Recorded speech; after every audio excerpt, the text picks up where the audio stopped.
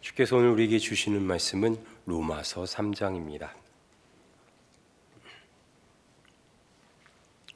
로마서 3장 1절부터 4절까지의 말씀.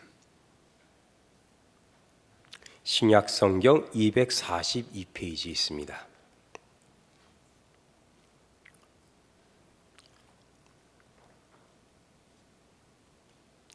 로마서 3장 1절부터 4절까지의 말씀을 제가 읽겠습니다. 그런즉 유대인의 나음이 무엇이며 할례의 유익이 무엇이냐? 범사에 많으니 우선은 그들이 하나님의 말씀을 맡았음이니라. 어쩐 자들이 믿지 아니하였으면 어찌하리요? 그 믿지 아니함이 하나님의 믿부심을 패하겠느냐? 그럴 수 없느니라. 사람은 다 거짓되되 오직 하나님은 참되시다 할지어다. 기록된 바 주께서 주의 말씀에 의롭다 함을 얻으시고 판단받으실 때 이기려 하심이라 함과 같으니라. 아멘. 오늘 보신 이 로마서 3장 1절부터 4절 말씀은 다음과 같은 문맥 가운데 소개되는 설명입니다. 그것은 이제 바울이 유대인들을 향해 유대인과 이방인이 사실은 차이가 없다. 그들 모두가 자기의 어떠한 공로나 선행으로는 의로움에 이룰 수 없고 우리가 오직 주 예수 그리스도를 구주로 시인하는 그 믿음으로 말미암아 구원받는 현실에 와 있다라는 설명 가운데 나와 있습니다. 그래서 3장 1절을 보시면 우리가 그렇다면 과거에 유대인으로서 갖고 있는 정체성은 뭐냐? 그거는 설명처럼 하나님의 말씀이 우리가 가지고 있었다. 우리가 그 말씀을 맡았다. 우리가 그 말씀을 전하는, 그 말씀을 드러내는 역할을 하지 아니했느냐라는 이야기를 하고 있죠. 그런데 느닷없이 3절에 어떤 자들이 믿지 아니했으면 어찌하리요? 그 믿지 아니함이 하나님의 믿으심을 피하겠느냐라는 무시무시한 이야기를 갑자기 툭 던집니다. 이 이야기가 왜 무시무시하냐면 다음과 같이 오해될 수 있기 때문입니다. 먼저 여기에 나타난 하나님의 믿으심은 원래 쓰던 그 원어적 표현으로 하면은 이 앞에 나온 믿지 아니하였음의 믿지와 같은 뜻을 가진 단어입니다. 그러니까 원래 구약 시대의 히브리어의 단어로 쓰던 말 그대로를 적용해 보면 이 구절은 이렇게 읽힙니다. 어떤 자들이 믿지 아니하였으면 어쩌겠냐?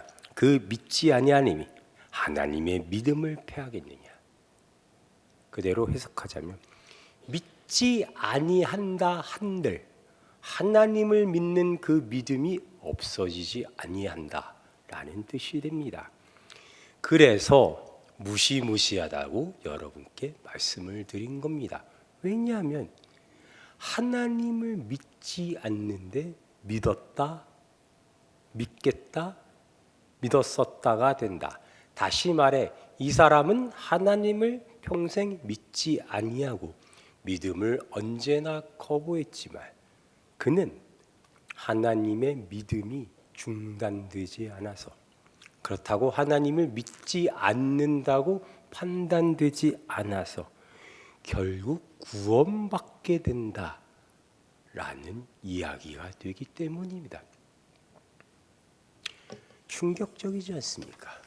성경은 분명 믿음으로 우리가 구원받는다고 했는데 믿음을 거부했는데 믿지 아니했는데 그가 믿었다 하나님의 믿음이 패하져지지 않았다 그리고 구원받았다 한다니요.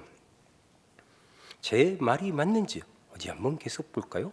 5절 그러나 우리 불의가 하나님의 의를 드러나기면 무슨 말을 하리요?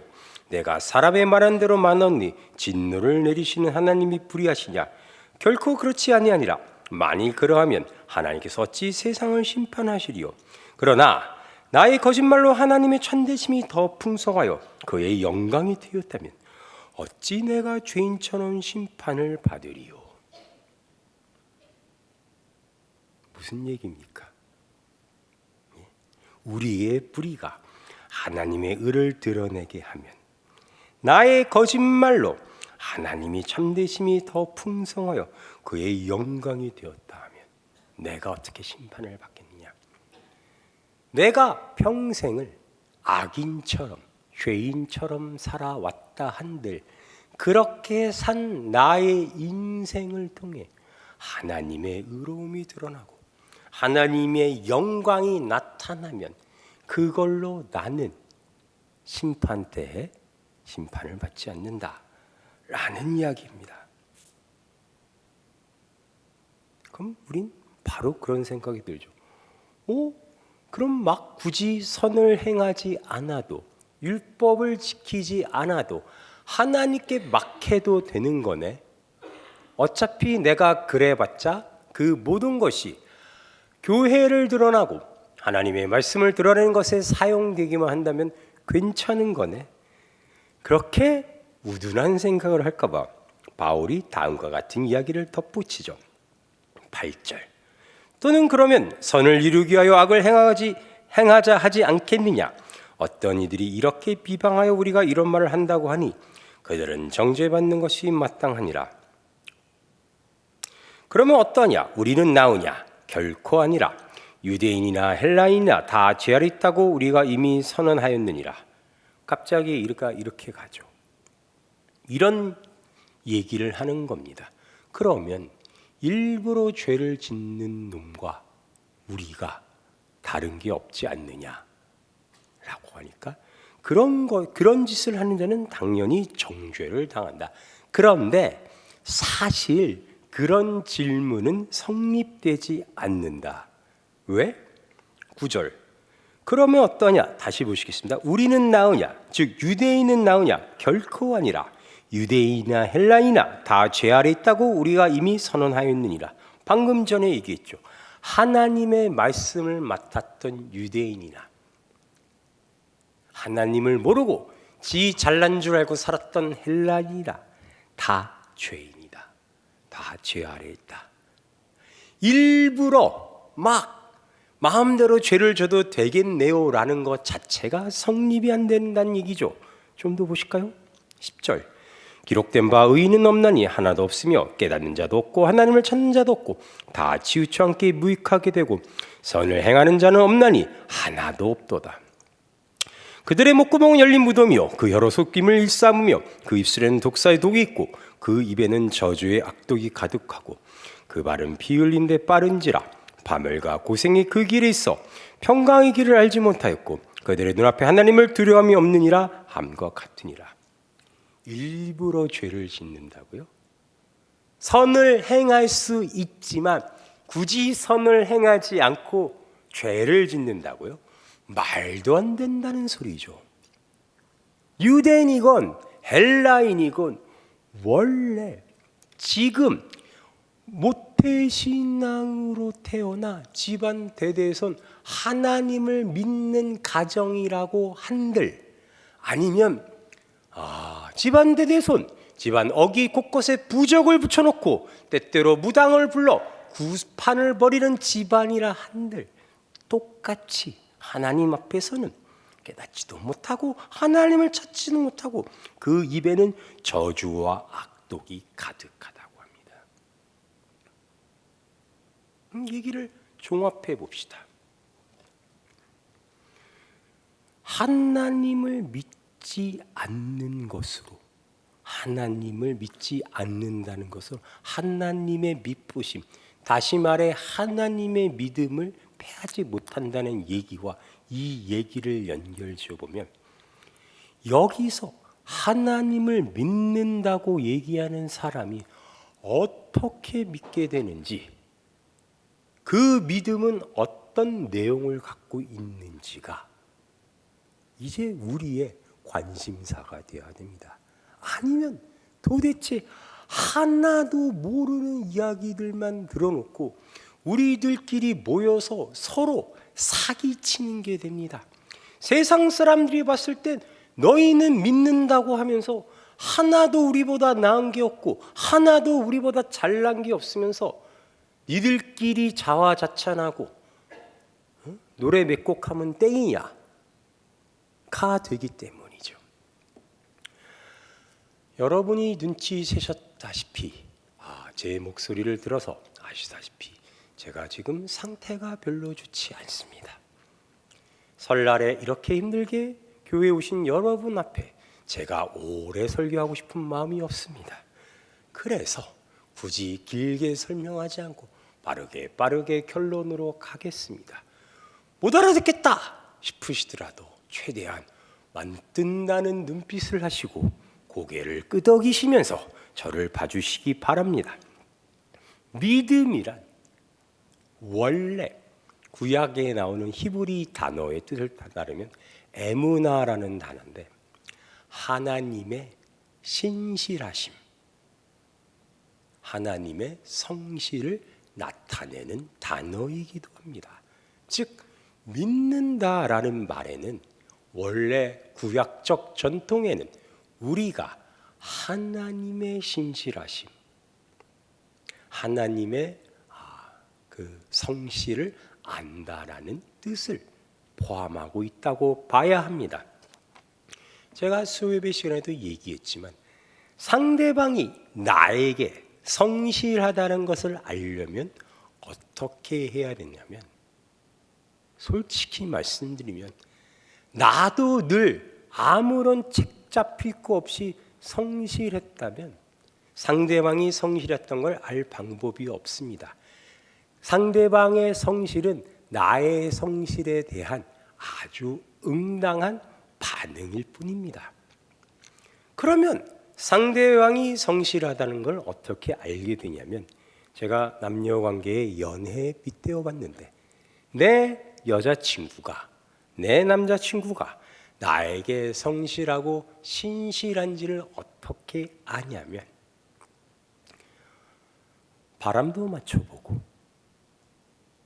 쓸데없는 걸로 화도 내보고 말도 안 되는 걸로 우겨보기도 하고 너 얼굴도 보기 싫으니 꺼져 그래서 헤어져 보기도 하고 그러한 상대방에게 상처 주는 일, 상대방을 배신하는 일, 상대방을 버리는 일이 여러 번 시간을 통하여 반복됐음에도 불구하고 상대방은 일관되게 변함없이 나를 바라보더라 라는 것의 결과로 상대방이 신실하다는 것을 아는 겁니다.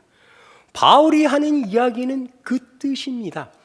우리의 인간의 역사를 두고 봤더니 사람은 선악과를 먹었던 그 순간부터 먹은 다음이요. 먹을 때부터죠. 먹을 때부터 지금까지 언제나 단 한 번도 하나님을 찾지 않고 하나님께 우리가 얘기하는 그 성실함을 보이지 않고 나쁜 길로만 갔는데 하나님은 우리를 향한 그 신실하심을 단 한 번도 중단해 본 적이 없으시더라.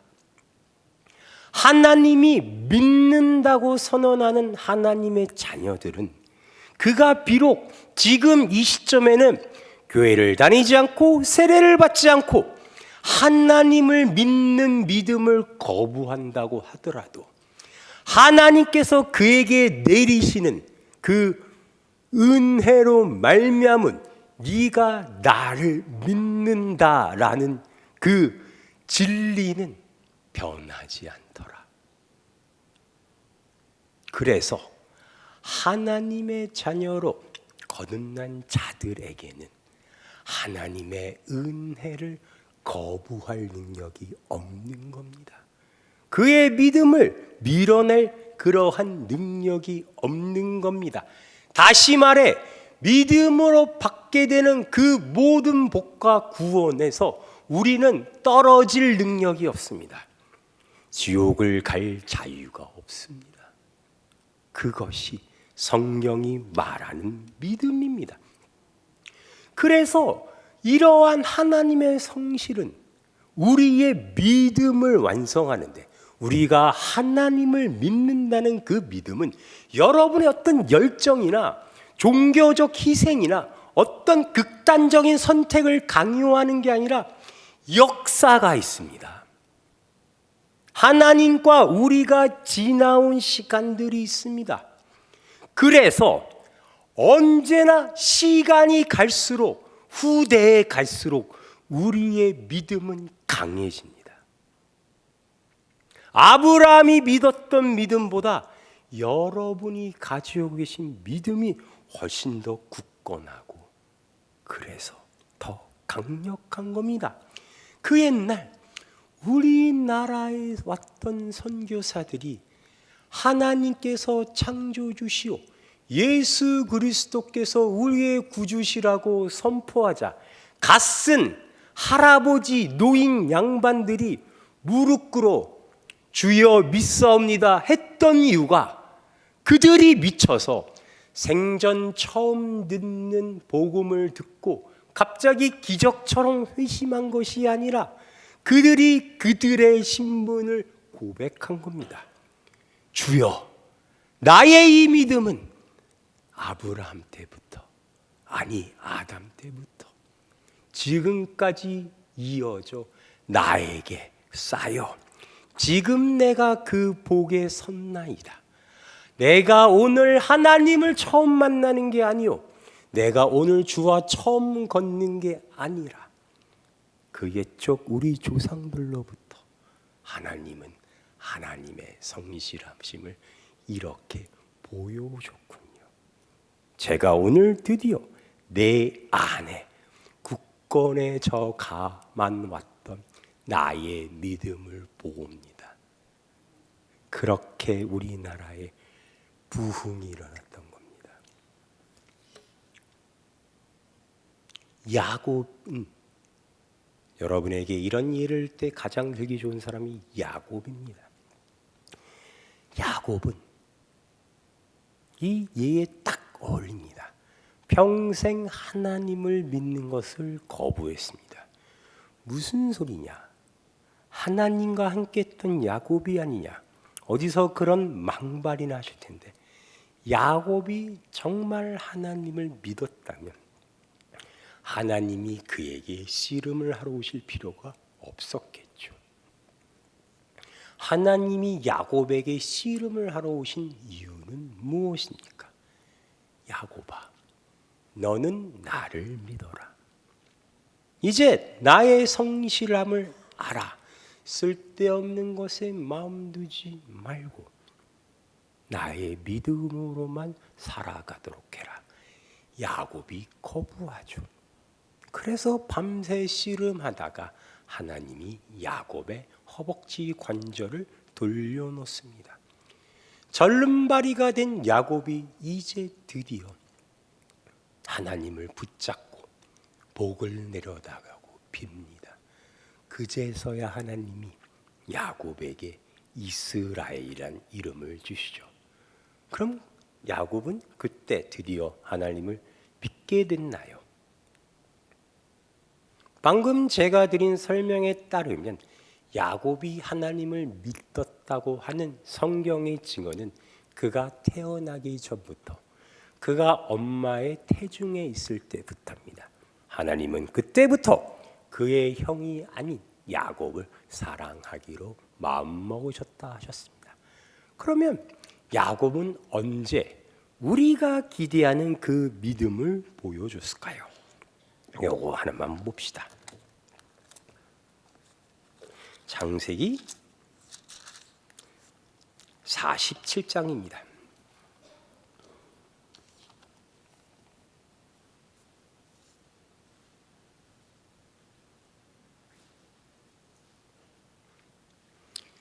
우리의 인류의 역사에 있어서 예수 그리스도의 성육신 다음으로, 예수 그리스도의 사역 다음으로 가장 감동적인 장면입니다. 창세기 47장 1절, 요셉이 바로에 가서 고하여 이르되 내 아버지와 내 형들과 그들의 양과 소와 모든 소유가 가나안 땅에서 와서 고센 땅에 있나이다 하고 그의 형들 중 5명을 택하여 바로에게 보이니 바로가 요셉의 형들에게 묻되 너희 생업이 무엇이냐? 그들이 바로에게 대답하되 종들은 목자이온데 우리와 선조가 다 그러하나이다 하고 그들이 또 바로에게 구하되 가나안 땅에 기근이 심하여 종들의 양떼를 실 곳이 없기로 종들이 이곳에서 거류하고자 왔사오니 원하건대 종들로 고센 땅에 살게 하소서. 바로가 요셉에 말하 이르되 내 아버지와 형들에게 내가 왔은즉 애굽 땅이 내 앞에 있으니 땅의 좋은 곳에 내 아버지와 내 형들이 거주하게 하되 그들이 고센 땅에 거주하고 그들 중에 능력 있는 자가 있거든 그들로 내 가축을 관리하게 하라. 7절 요셉이 자기 아버지 야곱을 인도하여 바로 앞에 서게 하니 야곱이 바로에게 축복하매 바로가 야곱에게 묻되 내 나이가 얼마냐? 야곱이 바로에게 아뢰되 내 나그네 길의 세월이 130년이니라. 내 나이가 얼마 못 되니 우리 조상의 나그네 길의 연조에 미치지 못하나 험악한 세월을 보내었나이다 하고 야곱이 바로에게 축복하고 그 앞에서 나오니라. 앞장면에는 요셉의 형들이 바로를 만나고 뒤에는 요셉의 아버지인 야곱이 바로를 만나죠. 두 장면은 어떻게 다릅니까? 이 크나큰 두 사건의 차이점을 발견하셨나요? 요셉의 형들이 바로를 만날 때는 누가 누구를 축복합니까? 바로가 요셉의 형들을 축복하죠. 내 땅 중에 제일 좋은 곳에 머물러서 편하게 잘 먹고 잘 살아라. 야곱이 바로를 만날 땐 누가 누구를 축복합니까? 야곱이 바로를 축복합니다. 야곱이 바로를 축복하니까 바로가 놀래죠. 8절 바로가 야곱에 묻되 내 나이가 얼마냐? 이 세상을 다스리는 천하제일에 살아있는 신으로서 점잖게 돌려 묻는 겁니다. 영어로 How old are you가 아니라 너 그 정도 나이가 됐는데 내가 누군지 모르냐. 그러니까 야곱의 얘기가 기가 막히죠. 내 나그네 길의 세월이 130년이나 내 나이가 얼마 못 되니 우리 조상의 나그네 길의 연주에 미치지 못하나 험악한 세월을 보내었나이다. 왜 험악하다고 할까요? 무슨 말일까요 이게? 그 말을 하고 다시 야곱이 바로를 축복하죠. 야곱이 바로를 축복하는 것은 무슨 뜻입니까? 이 세상의 최고된 살아있는 신에게 바로에게 이렇게 얘기하는 거죠. 전하, 안타깝게도 이 세상엔 전하보다 뛰어나고 위대한 존재가 있나이다. 내가 오는 날 이렇게 전하를 만나 이러한 혜택을 받게 된 것은 안타깝게도 전하의 능력이나 전하의 선택이 아니요 전하보다 위대한 그 존재의 섭리와 뜻 때문입니다. 전하는 지금 그 위대한 존재의 명령을 수행하고 계셔서 저에게 대신 복을 내리시는 건데 참으로 그 복을 잘 수행하고 계시니 명령을 잘 따르고 계신 것이니 내가 그 존재에게 말해 전하에게도 복 내려 달라 하겠습니다. 너 내가 누군지 몰라? 너 인생 헛살았어? 이게 무슨 짓이야? 130년을 살았죠. 험난한 세월. 내가 내 인생을 통해 알게 된 것은 내가 어디에 있건 무엇을 하건 무슨 짓을 하건 나에게 복을 내리겠다는 하나님의 뜻을 내가 꺾을 수 없더이다. 내가 무슨 짓을 해도 나에게 주시는 하나님의 믿음은 약해지지 않더이다. 내가 이제 나의 인생을 나의 선조의 인생에 위에 덧붙여 나의 믿음이 강해지게 되는 것에 내가 이르렀음을 깨달았으니 때문에 이 내 사랑하는 아들이 살아있고 그 아들을 통해 이 세상이 구원받게 되는 하나님의 약속이 이루어진 것을 봤으니 내가 이제 내 믿음 말고 무엇을 더 자랑하리요. 우리의 믿음은 그렇게 가는 겁니다. 아무것도 모르고 아무것도 이해 못하고 무엇을 믿는지 무엇을 아는지 믿는다고 해놓고는 홀라당 까먹게 되는 그 시간과 인생 속에서 나도 모르게 자라고 커가고 강해져 왔던 겁니다. 우리가 그리하고 우리의 선조들이 그러했습니다. 2024년 우리는 어떤 또 험난한 험악한 세월을 살게 될지 모릅니다. 그 1년 사이에 여러분을 얘기할 필요 없이 또 제가 어떤 망발과 만행을 저지를지 모릅니다. 그러나 제가 믿는 것은 그 어떤 상황에도 그 어떤 조건에도 우리를 향한 하나님의 미쁘심은 패할 수 없다는 겁니다. 올해도 여러분의 믿음은 자라고 굳건해질 겁니다. 그것을 믿는 믿음으로 오늘 하루를 행복하게 보내시기 바랍니다. 기도하시겠습니다.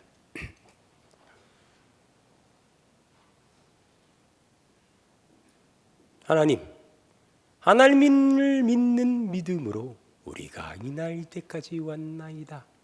우리의 힘으로, 우리의 능력으로, 우리의 선택으로 여지껏 살아온 줄 알았으나 이제 돌아보니 그 모든 것이 하나님께서 이끄시는 손 때문이었고 주께서 내리시는 은혜 때문이었으며 무엇보다 언제나 충만히 내려주시는 하나님의 하나님 되신 때문이었습니다.